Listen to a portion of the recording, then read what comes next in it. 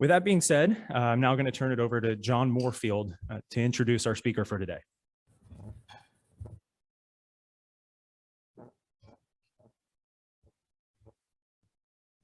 Good afternoon. Hey.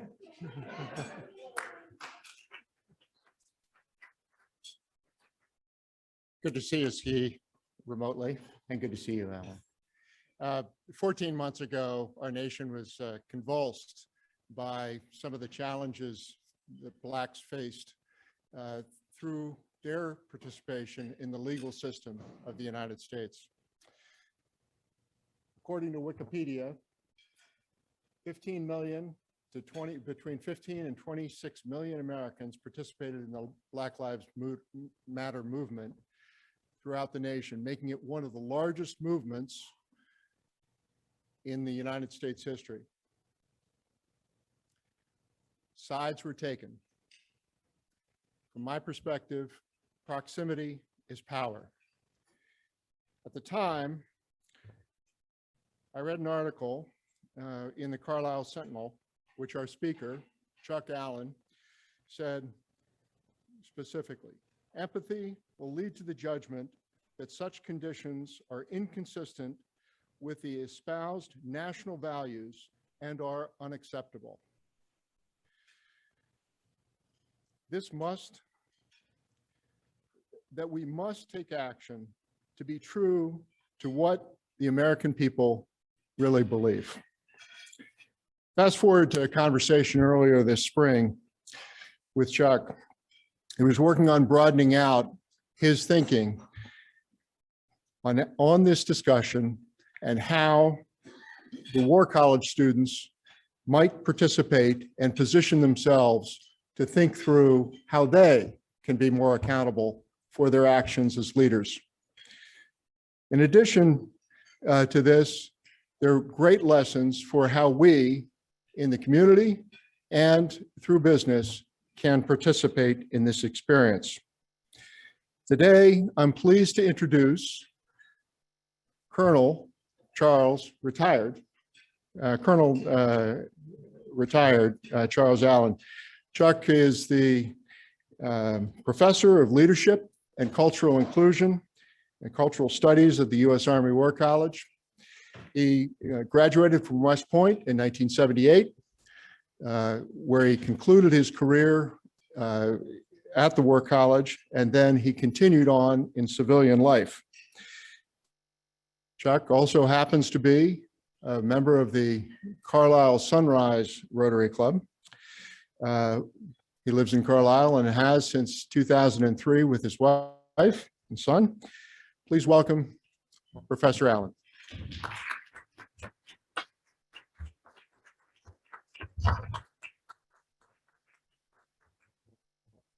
Okay, I'm here. I'm supposed to bring the microphone down. I recognize my friend the owl. I have one in my classroom now for the past month and a half. So hello, how are you, owl? Okay, good. So good afternoon, Harrisburg. I am a military person, so when we respond and we give a call out, normally a response is required. So good afternoon, Harrisburg. What a great day we have been given to serve together as Rotarians. I bring you greetings from the Carlisle Sunrise Rotary Club. We meet each Tuesday morning in the Market Cross Pub. That's a great way to start a day, don't you think? If you're ever in Carlisle on a Tuesday morning, please join us down there. I'd like to thank John Moreland for that kind introduction, as well as the invitation to speak with you here today. He set the context by noting the violence that occurs in our present-day society and the rise of protest movements like Black Lives Matter. I'm not here to debate Black Lives Matter or critical race theory. We have seen and experienced how polarizing such exchanges can become. I will speak to you about diversity, equity, and inclusion from a historical perspective through the words of Dr. Martin Luther King Jr. and how that is to manifest in another unique organization, Rotary International. Can you think of another institution that so embraces diversity across the globe, that seeks equity for its members and the communities that they serve? that practices inclusion of talented and caring people to make the world a better place. I think Rotary International has got the market cornered on that, along with the United States military. It is fitting that we remember those like Dr. King, who faced and met the challenges of the past to give us our blessings of the present time frame. It is our charge now to create the future that lies ahead. I appreciate the opportunity that John has given me to share my thoughts or the words that have inspired me over time. You've heard a little bit about my background. I'm neither a civil rights scholar nor a minister, but I was a soldier. And so I'll offer my thoughts from the perspective of as an African-American who has served in our nation's military, and I am a Rotarian. This is the 37th year since our nation has honored Dr. King with a federal holiday on his birthday. You know of his achievements from many observances that we have celebrated in our communities, both in the military and our public sector. Many of you have heard Dr. King's most famous speech and have focused on the chorus, "I have a dream." But there are several other speeches that Dr. King delivered based upon a set of values and principles that inspired and sustained him through very challenging circumstances. I contend that Dr. King's speeches and actions align well with the Rotarian four-way test. Is it the truth? Is it fair to all concerned? Will it build goodwill and better friendships? Will it be beneficial to all concerned? As background, I commend to you Dr. King's letter from a Birmingham jail, his speech from the March on Washington, his Nobel Peace Prize lecture, as well as his essay, Beyond Vietnam, Breaking the Silence, and his sermon, The Drum Major Interest. The last was delivered 2 months prior to his assassination in April 1968. As we move through the events and challenges of the year 2021, it is important for us to reflect upon the words of Dr. King. While many Americans are familiar with this 1963 I Have a Dream speech, I have found Dr. King's letter to Birmingham jail framed his themes that he used 4 months later in a historic march on Washington. In both the speech and the letter, he restates explicitly the promise of America that is a birthright of his citizens, regardless of race, gender, religion, or national origin. As we look back on the national and the world events of the 21st century, it is easy for us to be distressed by the state of affairs. Moreover, that concern can lead to understandable pessimism about our future. We may wonder whether the dream of Dr. King is possible. Importantly, then in 1963, he calls Americans to have difficult, uncomfortable, and necessary conversations. Rotarian test number 1, is it the truth? From that Birmingham jail, King wrote, "We merely bring to the surface the hidden tensions that is already alive.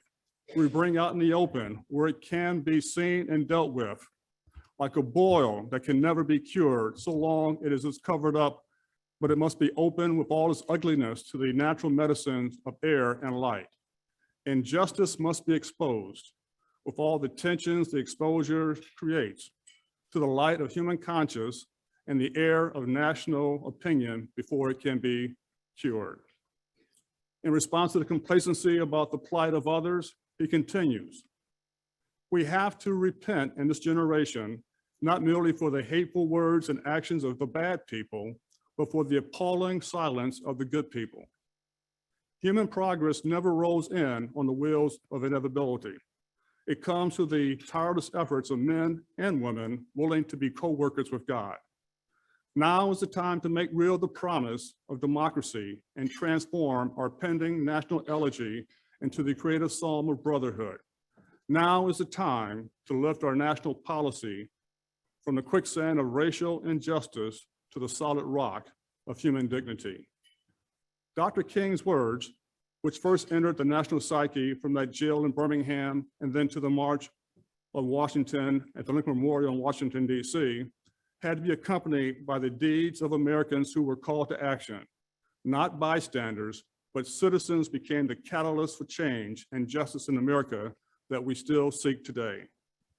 There is a short section at the beginning of the March on Washington speech I want to share with you. This is what I believe inspired the dream and the movement. It is what led Dr. King's being awarded the Nobel Peace Prize and compelled our nation to pass the Civil Rights Act of 1964 and the Voting Rights Act of 1965. I invite you to listen to Dr. King's words once again.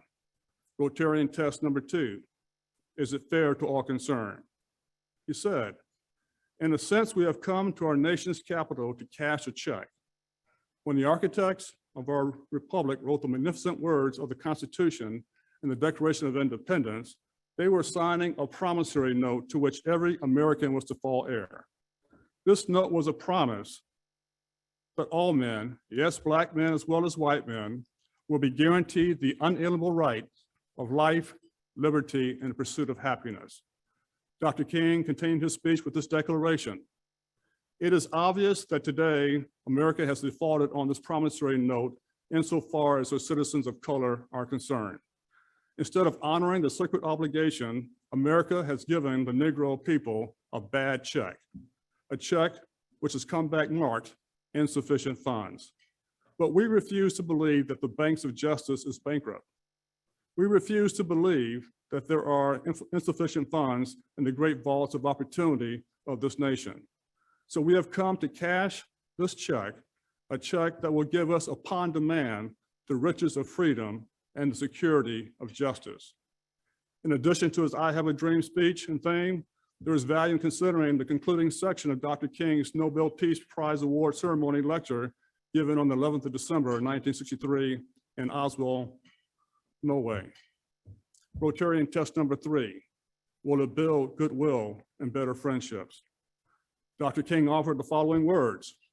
All that I have said boils down to the point of affirming that mankind's survival is dependent upon man's ability to solve the problems of racial injustice, poverty, and war. The solutions of these problems is in turn dependent upon man squaring his moral progress with the scientific progress and learning the practical art of living in harmony. A widely separated family inherits a house in which they have to live together. This is the great new problem of mankind.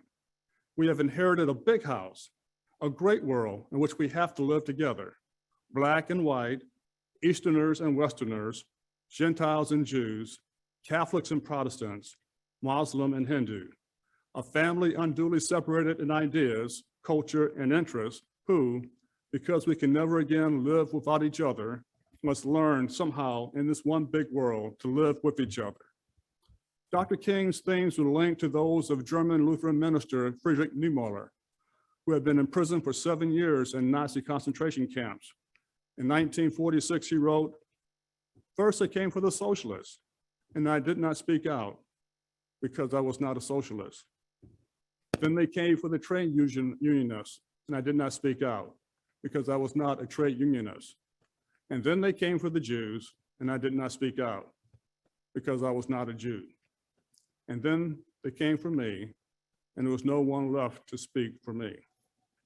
Clearly, Dr. King's new problems are just echoes of mankind's old problems, which emerged on the world stage in 1933 with the rise of the populist National Socialist Party in Germany.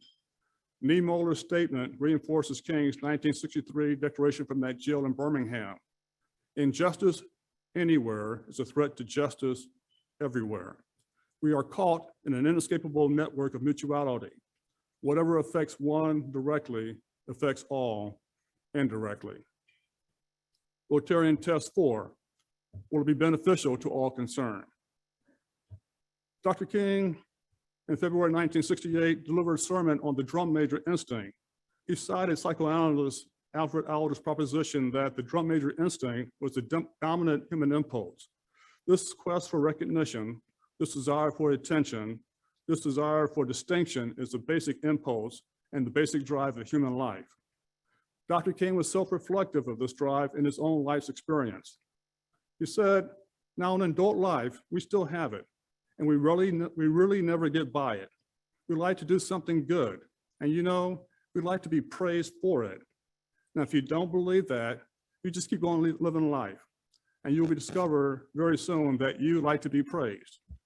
Everyone likes it, as a matter of fact, and somehow this warm glow we feel when we are praised or when our name is in print is something of a vitamin A to our ego.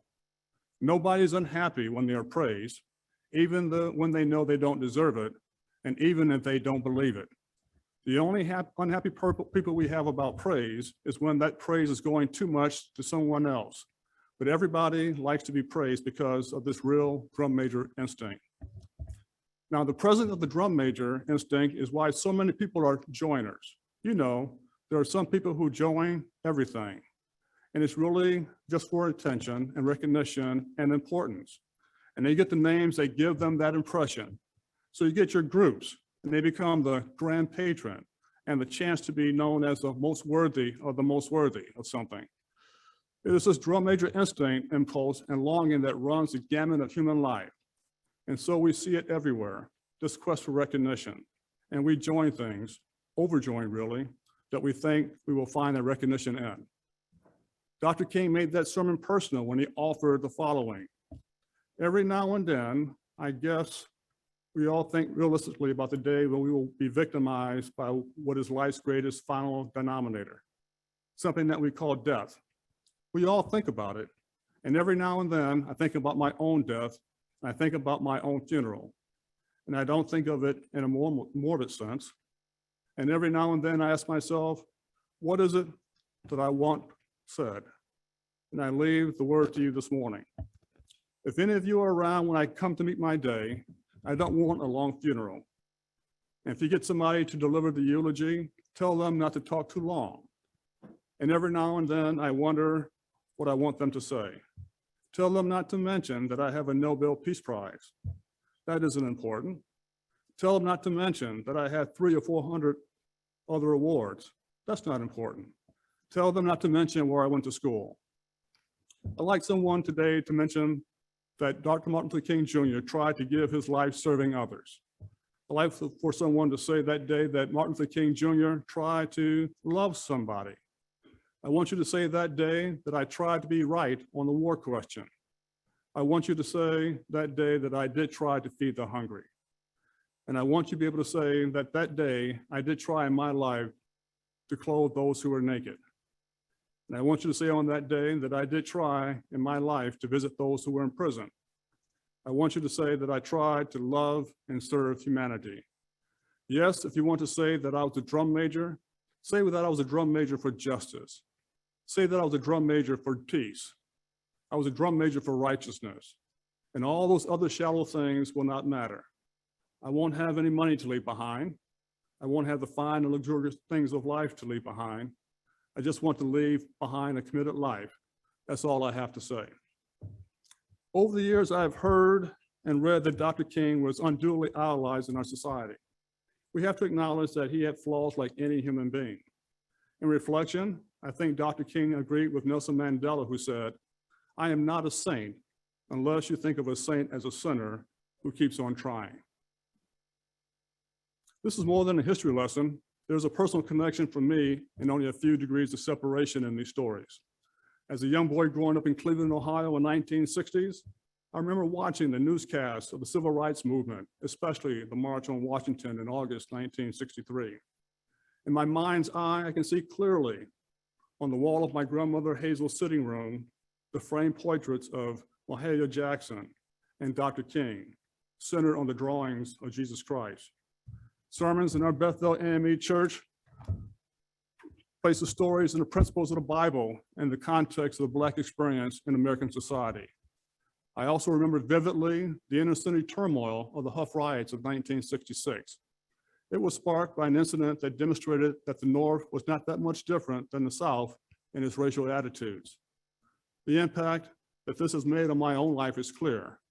I grew up in Cleveland in the wake of the Civil Rights Act of 1964 and experienced the inner city riots in the summers of 1966 and 1968.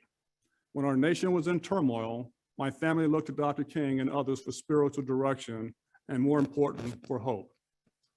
Following the drawing death of my father in 1967, my widowed mother moved her 5 children to the suburbs of East Cleveland. I joined a racially diverse student body of Kirk Junior High School in mid-year and had the opportunity to take part in a middle school trip to Washington, D.C. during the spring break of 1968. That break and trip occurred a week after the assassination of Dr. King, on April 4th, and was to be my first impression of the world outside of Cleveland. I was a paper boy then, and the morning of April 5th, I delivered the Cleveland Plain Dealer, whose headline announced the assassination of Dr. King. While the bullet silenced the messenger, we know that it could not silence the message. That following spring of 1969, I took a middle school trip from Cleveland to Atlanta to visit the Dr. King Center and gravesite. As a senior, I was honored to receive the first Dr. King Award from my Shaw High School. Whenever I go to Washington, D.C., I try to visit the Dr. King Memorial and Monument. It is positioned across the tidal basin from the Jefferson Memorial. It is that stone of hope among the mountains of despair in the D.C. area. I visit it to refresh myself in hope. In conclusion, I think that Dr. King will have us look upon and look around and notice that there are still inequities in our society, in education, in employment, in economic conditions, and in healthcare. These inequities are violations of basic civil rights. In that famous speech given at the Washington Memorial, Lincoln Memorial, Dr. King declared to us that, "I say to you today, my friends, to even that we face the difficulties of today and tomorrow, I still have a dream. It is a dream deeply rooted in the American dream." He would ask what we are doing to make a difference, to make his dream, no, really our dreams come true. Dr. King and our Rotarian forefathers would press us and challenge us to act, to make the four-way test a guide for how we live. Is it the truth? Is it fair to all concerned? Will it build goodwill and better friendships? Will it be beneficial to all concerns? Thank you for your attention to my little layout here. I'm available for questions and answers for the next few minutes about anything about our society and our military. So thank you.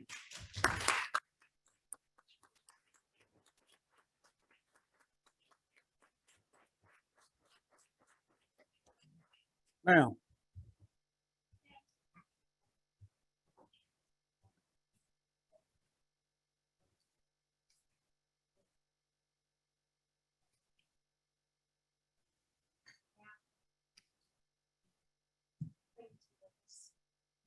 cling to those hopes that they and kind words that they gave us.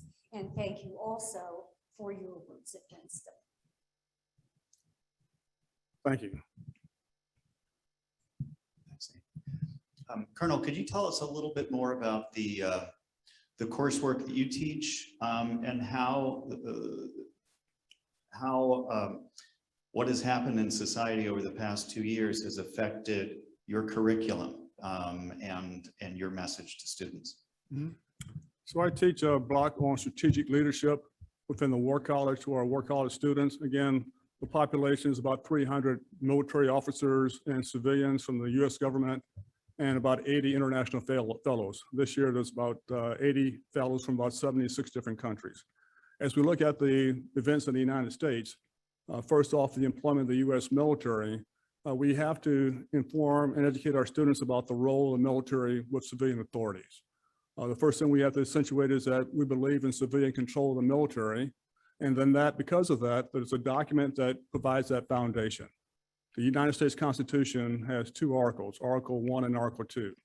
Article 1 appoints Congress as the one that organizes, trains, equips, and funds the U.S. military and provides resources. Article 2 is the executive branch. So the president is the commander-in-chief of the U.S. military forces, but we also know that he is responsible to execute the laws faithfully as written. So as we have discussions within our seminars about the world events or national events, the question comes up, who are we responsible and loyal to? Our loyalty is not to an individual or to a party. Again, it's very strictly non-partisan and apolitical. It's a loyalty to the oath of the Constitution and those authorities that are put in place. So as we talk about civil-military relations and the purpose of the military, we have to understand who our masters are and who the authorities are. We've really hit on that pretty heavily in the past few years as we've changed over time. Did that answer your first question? Okay, thank you. All right. Sir. As a professor at the War College, I presume that you're dealing with some of the highest quality men and women in our military service. Would you share your impression, please, of how they are reacting to the issues of social justice, how they're going to inculcate that in their commands? That's a great question. So our War College students, these cohort members that come to us are probably in the top 10% of their year group within the military. So they've been very experienced in operational units and tactical units where they've been given a very clear mission. They've been given a very strong set of resources in terms of equipment, organizational structure, and people. And they've been given a responsibility to execute missions and tasks.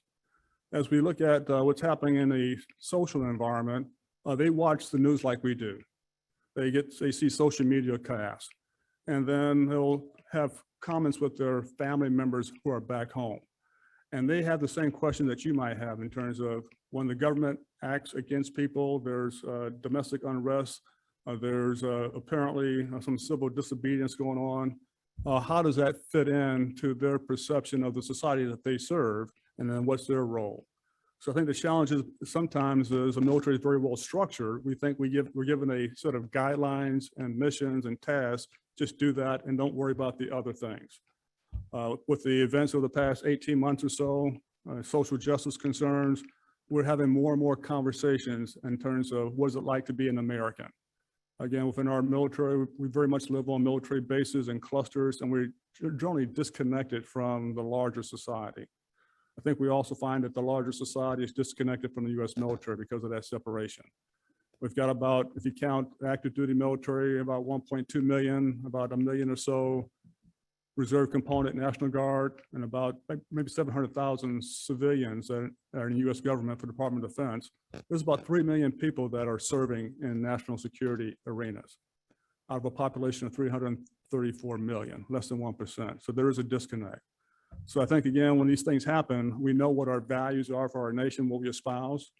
We look at the behavior within cities, and we wonder again, what makes people who are citizens not feeling like they're part of our society?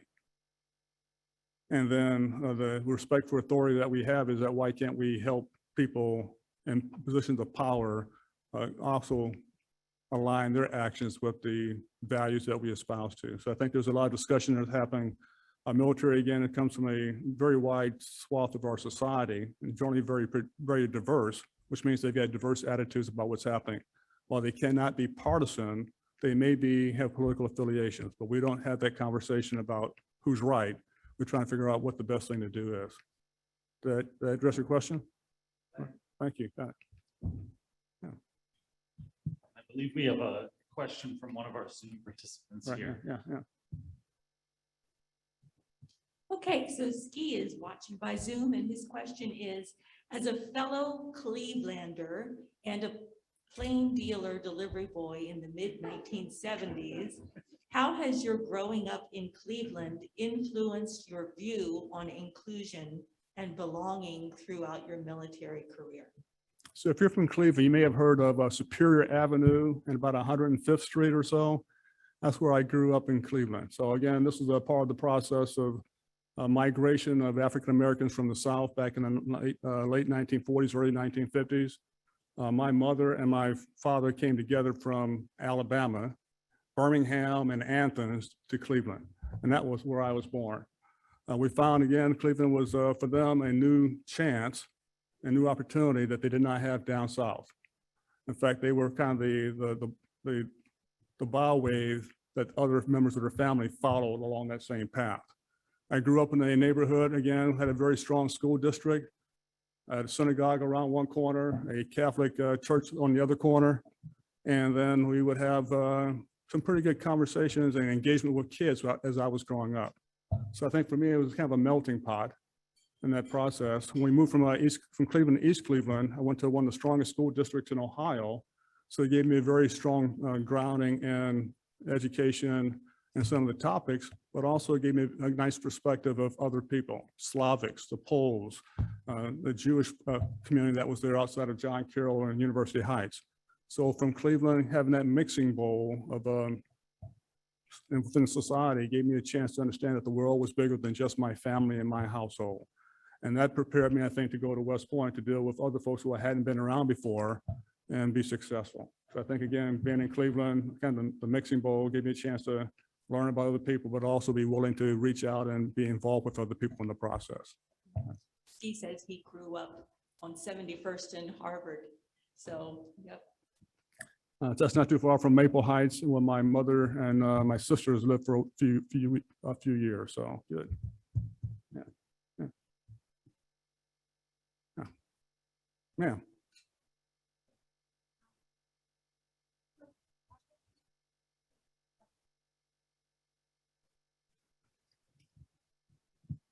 I've worked with a few different organizations who are all working on diversity, equity, and inclusion. And they're all in different places on the continuum, but all have encountered at one point or another some resistance of one sort or another. So I'm wondering if you could share with me if you have encountered resistance in any way in the military, what is your internal dialogue, or what do you refer to that keeps you focused on the work or the goal when you encounter that? Mm-hmm. So diversity, equity, and inclusion has picked up a lot of baggage in the past couple of years. Is that right? And so this idea that we're going to make changes not based upon merit, we're going to make changes that's not based upon equal conditions, we're going to make changes that are not based upon hard work, sometimes befuddles some people. It gets them anxious. And I go back to the point of asking the question, do you want someone who is talented, who is bright, who has a good heart and good values to be part of your team? The answer is normally yes. So would you rather have someone who is talented, have a good heart, that has great values, be part of your team, or would you rather have someone who looks like you to be on your team? So within the military, again, we come from a very wide swath of society, and we know that for me, the talent and human beings are normally distributed, irrespective of race and gender. So why should you care about the race and or gender or the ethnic background of folks that are there? So if we talk about building teams, we look at the primary goal for the military, again, is about national security, protect the things that we say are important. The term we'll use are those are aspirational or espoused values that many times may not map into behaviors of individuals and groups and teams. And if that is our basic nature to behave like that's not important, then we need to think, use our heart, and come together. For our War College students, again, every day in the classroom, we have 17, in my seminar, 17 different students that are there, 3 international fellows, this year from India, Malaysia, and Israel, who are probably in the top 1% of their cohort from their nation. I would venture to say that they can compete with any American student that's in the room. And so as we look at the teams that we're working with, trying to build relationships with and perform with, we don't care about what you look like. We care about who you are and what you do. So those are conversations we have repeatedly. It's about the value the individuals bring. So when I think about diversity, it's about diversity of perspectives and knowledge and talent. It's not about this. It's when I talk about equity, it's about access and awareness of power and resources. Does everyone have a fair shake at getting some of that in order to work toward the good? And inclusion is about making sure anyone who has the same degree of values, same degree of motivation, and then want to contribute, they can be part of our team. And then we may not stay on the team forever, but for that brief shining moment, you're there for something that counts. So that's how I approach it from our students, but also civilians. I'm in Carlisle, so I've been on the board for Project Share, the food bank. I'm on the Historical Society board. I've been involved in other different activities. So it's about the purpose and the mission and the values that rather than is about the makeup, right? We may or may not have. Did that answer your question? Thank you. Yeah. Last question. Thanks for being here, Colonel. Thank you. Anytime officers have spoken to us here at Rotary, I'm always amazed at their emotional maturity and compassion for the men. So it's reassuring. I'd like to propose including ethical inclusion of the word peace at the War College, and wondered how much of the conversation and training is peaceful negotiation, because the words have meaning, and the War College sends a meaning that may not be what America wants to promote to internationally. So I think you remember back at the advent of 9/11, there was a set of demonstrators in front of the War College asking for it to be called the Peace College, I think. For me, it goes back to our founding advocate, Secretary of State Elihu Root, who had a plaque out in the front that said in 1903, not to promote war, but to preserve peace. And so the reason why the military exists is to preserve the nation, protect its people and its territory, and also look at our interests. In order to do that, you have to be aware of many facets of conflict that may occur among nations. So there's a continuum that exists between all-out war to some engagement to just kind of mutual coexistence. I think we would like to be on the side of mutual coexistence in many cases, but we know that human nature sometimes can be very base and leads to conflict. So you would want your military to be able to, one, understand how to employ those instruments of national power, to include the military, but two, have an appreciation for how to protect and serve the nation. What the overall goal is of warfare, we would say, is to have a better peace. We want to get back to the idea of peace. And then we have members of our society that have responsibility for the diplomacy, for the information, for the economic side of the house. But you need to have someone that can be the, I won't say guardian, but the protector and the advocate for the nation itself. So again, our default setting is not to be at war. It is to preserve peace as much as we can. So I appreciate that aspect. Again, I think Colin Powell has said here again, the person who generally hates war the most is the one that has to go fight it. And when you separate from society and you believe that the society doesn't understand you, then that's a lonely place to be also. So keep advocating for peace, engage with the international community, build strong bonds and fellowships with other societies and groups that are here, and let's make ourselves better than we have been. I think the term is to look for our better angels. There's a lot of us out there that are good angels. Let's be better angels in the process. So, right. Thank you.